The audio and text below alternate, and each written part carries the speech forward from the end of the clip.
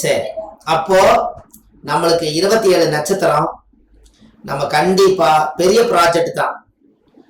ஆனால் நம்ம கிட்ட பொருளாதாரம் இல்லை, அது இல்லை, இது இல்லைங்கிறதெல்லாம் விட்டு நம்ம கடவுள் அடைய போறோம். அந்த கடவுள்கிட்ட போய் நம்ம ஜோசியரா இருந்து 27 நட்சத்திரத்தை இன்னைக்கு வரைக்கும் நீங்க கணக்கு போட்டு சொன்னதுக்கு உண்டான வீட்டுக்கு போயிட்டு வந்தா நம்ம குடும்ப பாரம்பரிய வம்சத்துக்கே நம்மளுக்கு ஒரு நல்லா இருக்கும்.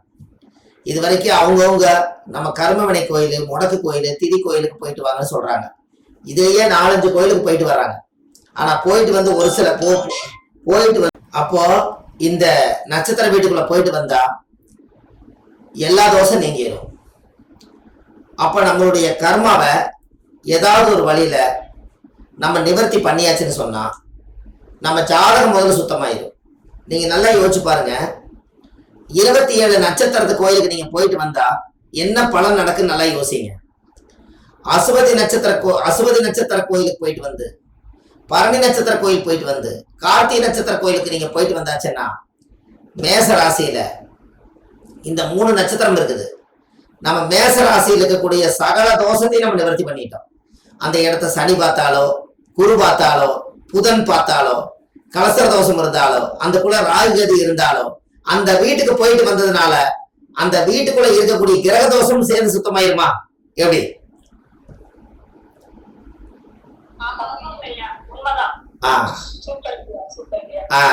இப்ப நீங்க பரிபூர்ண ஜாதகம்ங்கிறது இப்படியே ரிஷப ராசிக்குள்ள என்னென்ன நட்சத்திரம் இருக்குது? கார்த்திகை 3ஆம் பாதம் 1, 2, 3, 2, 3, 4, அதுக்கு அடுத்தது ரோகிணி, அதுக்கு அடுத்து மிருகசீரிஷ 2 பாதம். இதுக்குள்ள எந்தெந்த கிரகம் எந்தெந்த நட்சத்திர சாரத்துல இருந்தாலும் இந்த 3 கோயிலுக்கு போயிட்டு வந்தோடனே ரிஷபராசி தோஷத்துல இருக்கக்கூடிய ரிஷப வீட்டுக்கு இருக்கிற எல்லா கிரக தோஷம் பத்தியா இப்பதான் நீங்க பாயிண்ட புடிச்சுக்கிறீங்கன்னு நினைக்கிறேன். கரெக்டுங்களா? மிதுன ராசி வரும்போது மிருகசீரிஷ, திருவாதிரை, புனர்பூச நட்சத்திரம் 1ஆம் பாதம் வரைக்கும் மிதுனத்துல என்னென்ன கிரக தோஷங்கள் இருந்தாலும் எந்தெந்த கிரகங்கள் எந்தெந்த நட்சத்திர சாரத்துல இருந்தாலும் அந்த மிதுன வீட்டுக்குள்ள 3 நட்சத்திர கோயில் போயிட்டு வந்தீங்கன்னா மிதுன வீட்டுல இருக்கிற தோஷம் அனைத்தும் உங்க வீட்டை விட்டு போயிருச்சா? ஆஹா, இத்தனை நாளா தெரியாமலே போச்சு இல்லைங்களா? கரெக்டுங்களாமா? கடகராசியில புனர்பூசம், பூசம், ஆயிலி நட்சத்திரத்துல யார் பிறந்தாலும் இந்த 3 நட்சத்திரத்துல ஒரு கிரகங்கள் போய் சாரமாகி உட்கார்ந்து இருந்தா சார வீட்டுக்கே போய் தேங்காய் உடைச்சு குளிர்ச்சி பண்ணி சாமி கும்பிட்டு வந்தாச்சுன்னு சொன்னால் அன்னையோட உங்க ஜாதகத்தில் இருக்கக்கூடிய கடகராசி தோஷம் நிவர்த்தியா? இப்படியே நீங்க ஆடுறா சிம்மராசியில நம்ம ஜாதகத்துல நீங்க ஒரு உரமனை வருதுன்னா, ஒரு உதாரணம் சொல்றேன். ஏன் இப்படி 27 நட்சத்திரத்துக்கு 12 ராசி தோஷம் நிவர்த்தி பண்றோம்னா, ஒரு உரமனை வருதுன்னா கூட அன்னத்தனைக்கு நம்ம வீடு வாசல் எப்படி இருக்குதோ இல்லையோ, சேர் வாங்குறதுக்கு கூட ஒரு காலத்துல காசு இல்லாதப்போ காக்கா கத்துனா உரமனை வருதுன்னு பாக்க, உரமனை வருதுன்னு நம்ம தெரிஞ்சு நோம்பி நொடி வந்துருச்சுன்னா வீடு வாசல்லாம் வலிச்சு பாத்திர மண்டமெல்லாம் கழுவி பழைய பாய் தலைகாணியெல்லாம் கொண்டு போய் ஆத்துல போட்டு உரமனை வரும்போது புது பாயெல்லாம் வச்சு வாசல்ல கோலம் போட்டு ஓரளவுக்கு நாகரீகமா நம்ம இருக்கிறோங்கிறத வர்ற உரமனைக்கு புழங்காத ஒரு சட்டையை, புழங்காத ஒரு செம்புல தண்ணி கொடுத்து அவங்கள நம்ம அரவணைச்ச காலம் ஒரு காலம் உண்டு. சரியா தவறாங்க? அப்போ ஒரு உரமனை, அப்போ இதுல இருந்து என்ன தெரியுது உங்களுக்கு? ஒரு உரமனை வருதுன்னா கூட நீங்க உங்க வீடு வாசலை சுத்தப்படுத்துறீங்களே, உங்க ஜாதகத்துல உங்க ராசி கட்டத்துல தோஷம் இருக்கிற வீட்டை நீங்க போய் சுத்தப்படுத்திட்டு வரதுல இது என்ன தப்பு சொல்லுங்க?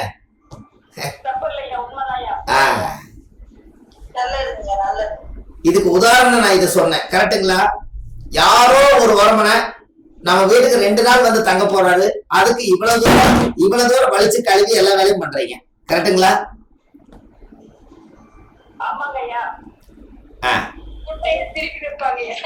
என்னங்க?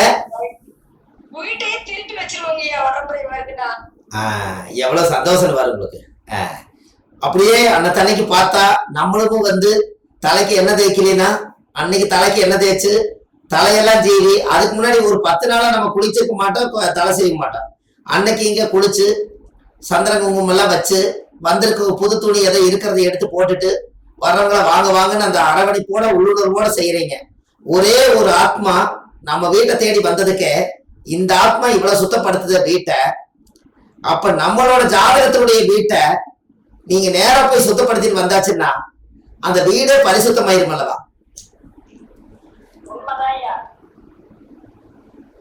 இப்ப கல்யாணம் ஆகாதவங்களுக்கு எல்லாம் நீங்க 7ஆம் இடத்துல என்ன கிரகம் இருக்குதோ, எந்த கிரகமா இருந்தாலும் சரி, யாருக்கு கல்யாணம் ஆகிறதா இருந்தாலும் சரி, ஒரு லக்கணம் ஒரு விருச்சிக லக்கணமா வச்சுக்கோங்க. 7ஆம் இடத்துல ஒரு குருவே இருக்கிறார். ஒரு உதாரணத்துக்கு குரு ஒரு மிருகசீரிஷ நட்சத்திரத்துல இருக்கிறார். இந்த 7 உடையவர் யாரு? விருச்சிக லக்கணத்துக்கு 7 உடையவர் யார்?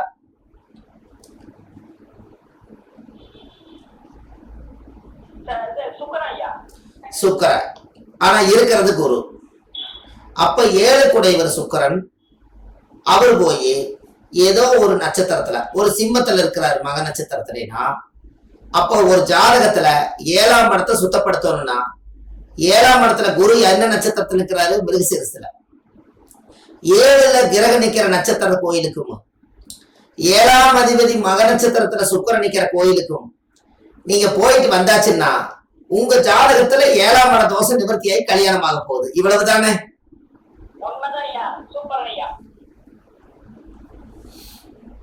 இனி யாருக்கு வேணாலும் நீங்க சொல்லலாமா? அதாவது ஒரு கிரகம் ஒரு திசை வந்தாத்தான் கல்யாணம் நடக்குன்னு நீங்க நினைச்சிட்டீங்க. 7ஆம் இடத்துக்கு வீடு கொடுத்த கிரகம் எந்த கிரகமோ, 7ஆம் இடத்துல ஏதோ ஒரு கிரகம் உட்கார்ந்து இருக்குது. அந்த வீட்டினுடைய நட்சத்திர சார கோயிலுக்கு நீங்க போகும். அதே 7 குடையவர் நட்சத்திரம் சுக்கரனா இருக்கிறதுனால 7 குடையவர் மக நட்சத்திரத்துல இருக்கிறார் அப்படின்னா இந்த மக நட்சத்திர கோயிலுக்கும் 7ஆம் பாவத்துல குரு நிக்கிற நட்சத்திர கோயிலுக்கு நீங்க போயிட்டு வந்தாச்சுன்னா அப்போ 7க்கு வீடு கொடுத்தவருடைய கோயிலும் 7ஆம் அதிபதிக்கு வீடு கொடுத்த நட்சத்திர கோயிலும் போயிட்டு வந்தாச்சுன்னா அவருக்கு முதல் நாகதோஷம் சர்ப்பதோஷமே வேண்டாம். இந்த மனைவி எந்த வீட்டுல எந்த ஊர்ல இருக்குதுங்கிறது கர்மா கண்ணை மறைச்சது இந்த திற திறந்துடும். அதுக்கப்புறம் அவங்க பேசி முடிவு பண்ணி கல்யாணம் பண்ணிக்க வேண்டியதான். Simple logic. எப்படி?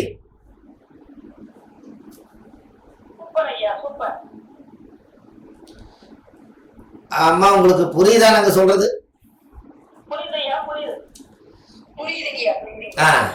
அப்போ இப்ப நீங்க ஒண்ணும் வேண்டாம். எனக்கு லக்கணம் விருச்சிகம்.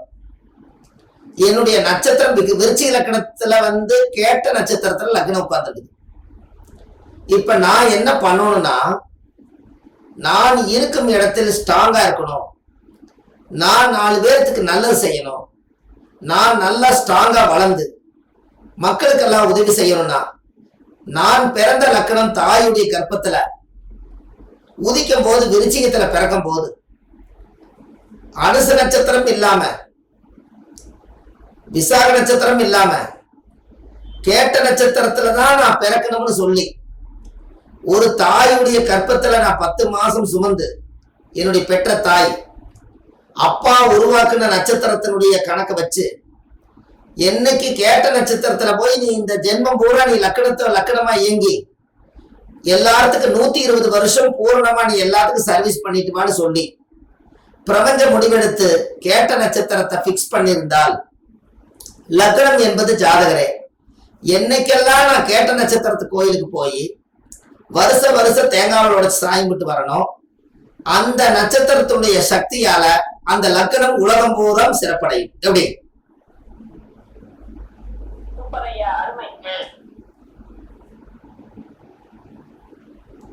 ஒண்ணு கருத்தை சொல்ல மாட்டேறீங்கள?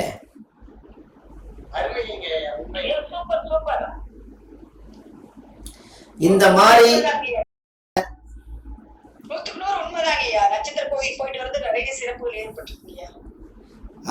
இத பாருங்க, அம்மா பேசுறாங்க, அவங்க வாழ்க்கையிலேயே ஒரு திருப்பு முனை. இப்ப அவங்க கோயிலுக்கு போயிட்டு வந்தாங்க, ஒரு நல்லது நடந்துச்சு. என்ன காரணம்?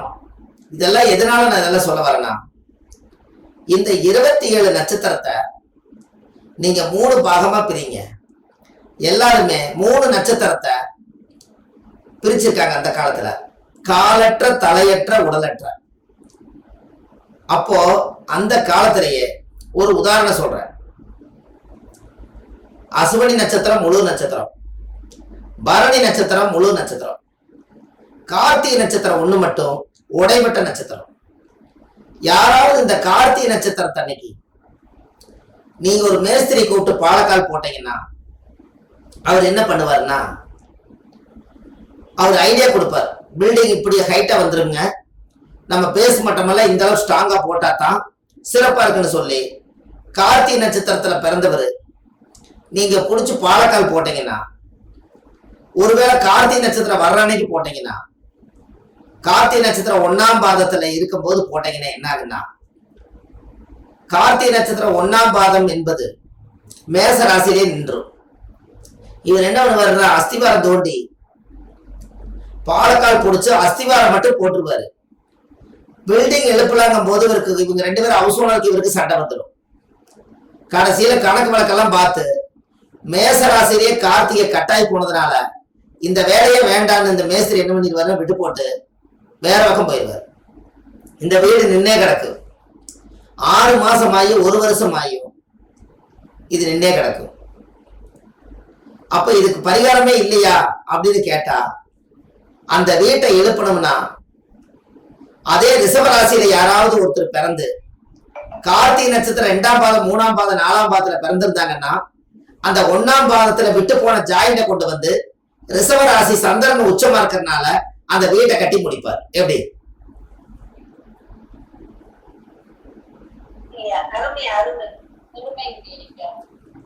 ஏன் அப்படின்னா காலச்சக்கரத்துக்கு 4ஆம் இடத கடக வீடு. அந்த கடகத்துக்கு அதிபதியாகப்பட்டவர் சந்திரன் ரிஷப வாகனத்துல உச்சமா இருக்கிறதுனால, அந்த ரிஷப வாகனத்துல உச்சமா இருக்கிறதுனால எதனால அந்த காலத்துல பசுமாட்டை கொண்டு வந்து கடைசியில வீடு புண்ணிய ஜனைக்கு கோமாதா வீட்டுக்குள்ள கொண்டு வந்தாங்கன்னா, ரிஷப வாகனத்துல சந்திரன் உச்சமா இருக்கிறதுனால வீட்டை கட்டி புண்ணியர்ஜனம் பண்ணி ரிஷப வாகனத்தை உள்ள கொண்டு வந்தாங்க. அதுதான் கோமாதா பூஜை. எப்படி?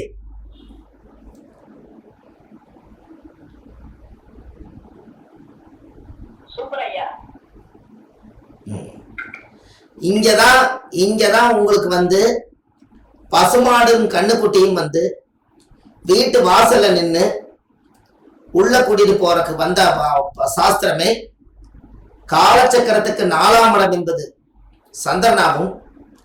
4 கூடியவரே வந்து ரிஷப ரோகிணி நட்சத்திர சந்திரன் உச்சத்தை இருந்தனால அது ரிஷப வாகனமா இருக்கிறதுனால வீட்டுக்குள்ள வந்து முதல்ல கோமாதா பூஜை பண்ணி எல்லா வீட்டுக்கும் மகாலட்சுமி வரணுங்கிறதுக்காக சுக்கரனுடைய ஆதிக்கத்தை வச்சுதான் முன்னோர்கள் அந்த காலத்துல உருவாக்கியிருக்காங்க.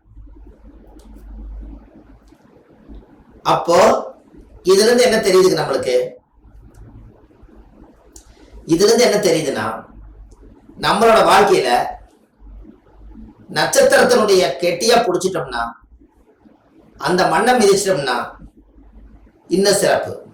இன்னும் சொல்ல போனா சாமி கிட்ட ஒரு கோயிலையும் உத்தரவு கேட்டு மண் கலையும் எடுத்துட்டு வந்து ஒரு மண் கலையத்துல போய் ஒரு நட்சத்திர கோயிலுக்கு போகும்போதும் சாமியோட திருநூறு, சாமி கோயில் இருக்கிற சந்தனம், சாமிக்கு பூஜை பண்ண குங்குமம், சாமியோட பூமியில உத்தரவு கேட்டு கொஞ்சம் மண் எடுத்துட்டு வந்து ஒரு கலையத்துல கட்டி மஞ்சள் துணி போட்டு கட்டி பூஜை பண்ணி ஒரு நட்சத்திர கோயிலுக்கா ஒரு கலசத்தை உருவாக்கி வச்சு 27 நட்சத்திர கோயிலுக்கு 27 கலசம் வச்சு நீங்க வாழ்நாள் முழுவதும் அந்த நட்சத்திர பூஜை பண்ணிட்டு வந்தா உங்க ஜாதகத்துல நட்சத்திர தோஷமே இருக்காது என்று ஆதிகால பரிகாரம் கூறுகிறது. எப்படி?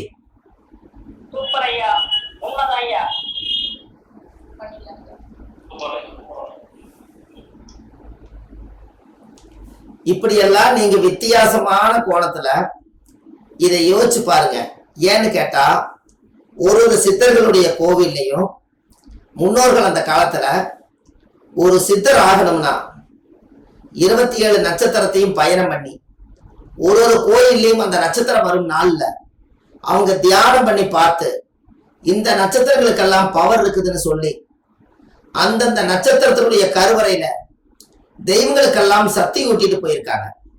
அதனாலதான் இன்னைக்கும் அந்த ஜாதகத்துல அந்த அமைப்பு இன்னைக்கு அந்த நட்சத்திர கோயில் போயிட்டு வந்தா வேலை செய்வதற்கு அதான் காரணம். ஒரு உதாரணம், நான் 18 வருஷமா இந்த கோயில்ல பூஜை பண்றேங்க ஒருத்தர் சொல்றாரு, ஒருத்தர் 40 வருஷமா நான் பூஜை பண்றேன்னு சொல்றாரு.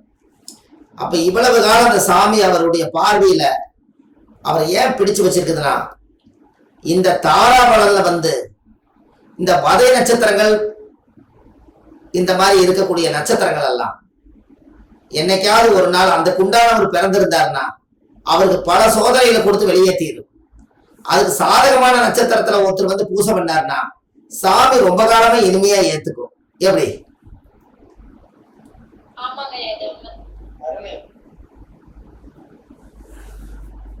இப்ப உங்களுக்கு புரியுதுங்களா? அப்போ முன்னோர்கள் வழியில நாம நம்மளுக்கே 27 நட்சத்திர கோயிலுக்கு எதுக்காக போறோம்னா, நம்மளுக்கு பதை நட்சத்திரக்காரா இருந்தாலும் ஜாதகம் பார்த்து ஆகணும். நிலையான நட்சத்திரக்காரா இருந்தாலும் நம்ம ஜாதகம் பார்த்து ஆகணும். 7வது நட்சத்திரமா இருந்தாலும் நம்ம ஜாதகம் பார்த்து ஆகணும்.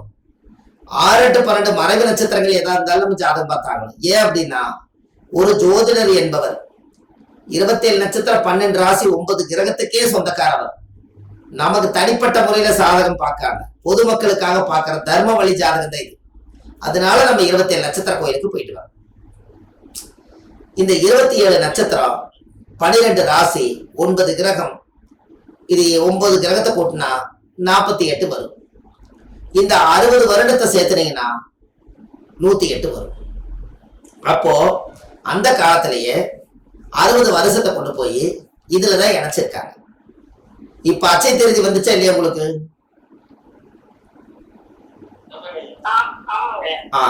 அப்ப என்ன அச்சை திருதி எங்க வச்சு ஆரம்பிச்சாங்க? பிரபா விகா சுக்கிலா பிரமோதா பிரம்மசுத்தி ஆங்கிரசி ஸ்ரீமுகா பவா யுவா தாது ஈஸ்வர பகதான்ய பிரமாதி விக்ரமா விசு சித்திரபானு சுபானு தாரணா பார்த்திப வியா, இது 60. சர்வஜித்து சர்வதாரி விரோதி விக்ரதி கரா நந்தனா விஜயா ஜெயா மன்மதா துர்மிகை கேர்விளபி விளபி விகாரி சார்வரி பிளவ சுபகிருது சோபகிருது குரோதி விசுவாசு பரபவ 40. பிளவங்கா கீழகா சௌமியா சாதாரண விரோதிகிறது பரிதாய் பிரமாச்ச ஆனந்த ராஜஸ் நலா பிங்கள காளைத்தி சித்தாத்தி ரவுதிரி துர்மதி துந்துபி உத்தகர ரத்தாச்சா குரோதனா அச்சயா.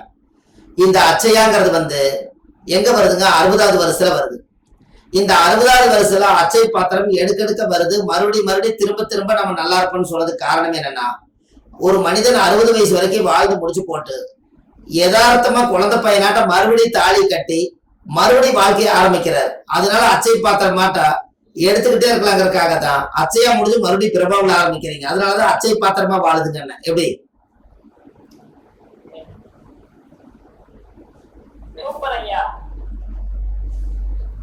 அப்போ அச்சய திருதி அன்னைக்கு ஏது வச்சாங்கன்னா, ஒரு யுகம் முடிஞ்சது, மறுபடியும் 60ஆம் கல்யாணம் பண்ணி முடிச்சதுக்கு அப்புறம் மறுபடியும் வந்து அந்த பிரபா விவாவில இருந்து ஆரம்பிக்கணும். நீங்க ஒரு உதாரணம் நல்லா தெரிஞ்சுங்க. இந்த 12 ராசிக்குள்ள 12 ராசி கட்டத்துக்குள்ள 60 வருஷத்தை உள்ள அடக்கிருங்க. அப்ப எவ்வளவு வரும்?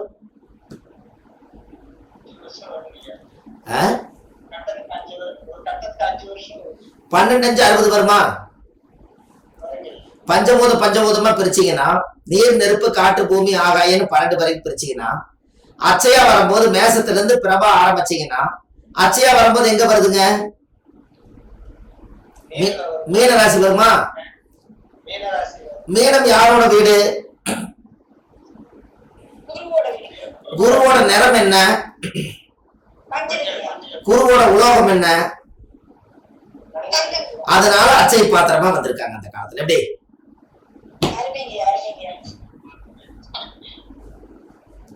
எனக்கு எப்படி காலச்சக்கரத்தை பிரிக்கிறோம் பாத்தீங்களா? அப்போ மீன ராசியில குரு அச்சையா வந்து அங்கதான் முடியுது. மறுபடியும் அடுத்து மீனம் முடிஞ்சா எங்க ஆரம்பிப்பீங்க?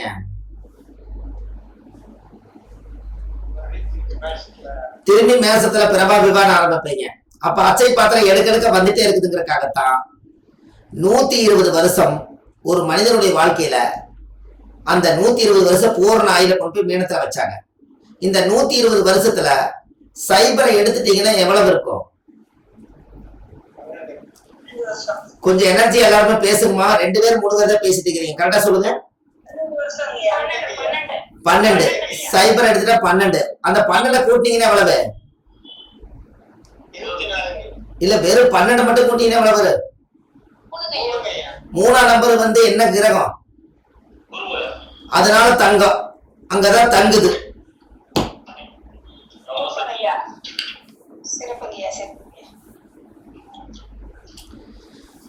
இப்போ இந்த இந்த பழைய நகையை போட்டுட்டு அட்சய திருதி அன்னைக்கு நான் ஒண்ணு எடுத்திருக்கேன். இது எத்தனை பவுன் எடுத்திருக்கிறேன்னு நீங்க யாராவது சொல்லுங்க. கொஞ்சம் பெருசுதான். 12 பவுன் எதுக்கு எடுத்துன்னு சொல்லுங்க. 12 ராசிக்கு 12 பவுன்.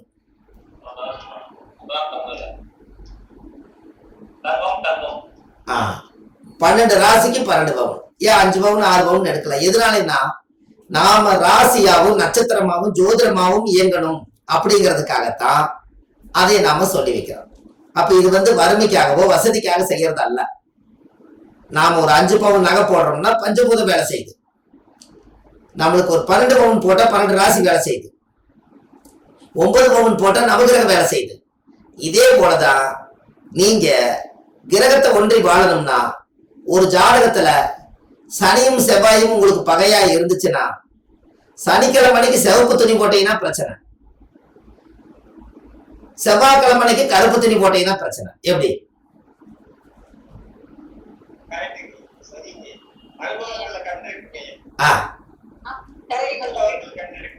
சனியும் செவ்வாயும் பகையா இருந்தா சனிக்கிழமைக்கு சிவப்பு போட்டா அன்னைக்கு யுத்தம், செவ்வாய்க்கிழமைக்கு சனி கருப்பு போட்டா அன்னைக்கு யுத்தம். எப்படி? அப்ப நம்ம கையில தான் எல்லாமே இருக்கு. இந்த ஆதிகால பரிகாரம் இந்த உலகத்துக்கு கொண்டு வந்து இன்னைக்கு எத்தனையோ பேர் புக்கெல்லாம் வாங்கி படிக்கிறாங்க. எத்தனையோ பேர் கூப்பிட்டு சொல்றாங்க, ஐயா இந்த புத்தகம் வந்ததுக்கு அப்புறம் நல்லா இருக்குதுங்க ஐயா, நான் நிறைய சும்மா இருக்கும்போது